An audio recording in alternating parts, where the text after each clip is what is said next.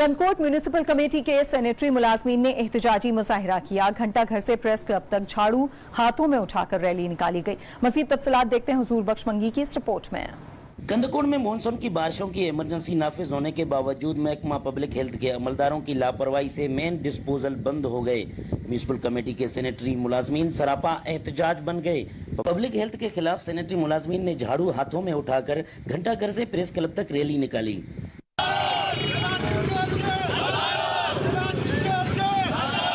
Chief inspector Munir Malik ने कहा कि पब्लिक हेल्थ के अमलदार नक्कासी आग को निकालने के लिए डिस्पोजल बंद किए हैं, जिससे शहर में गंदा पानी जमा हो गया है। अवाम हमसे नाराज होती है। जो इस डिस्ट्रिक्ट का एक्सीएन इंजीनियर है वही जिम्मेदार है इसका।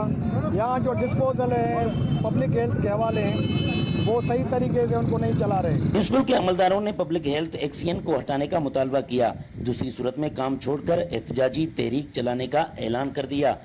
कैमरामैन मेहताब मंगी के साथ हुजूर बख्श मंगी, आज न्यूज़ कंदकोट। उधर टंडो मोहम्मद खान में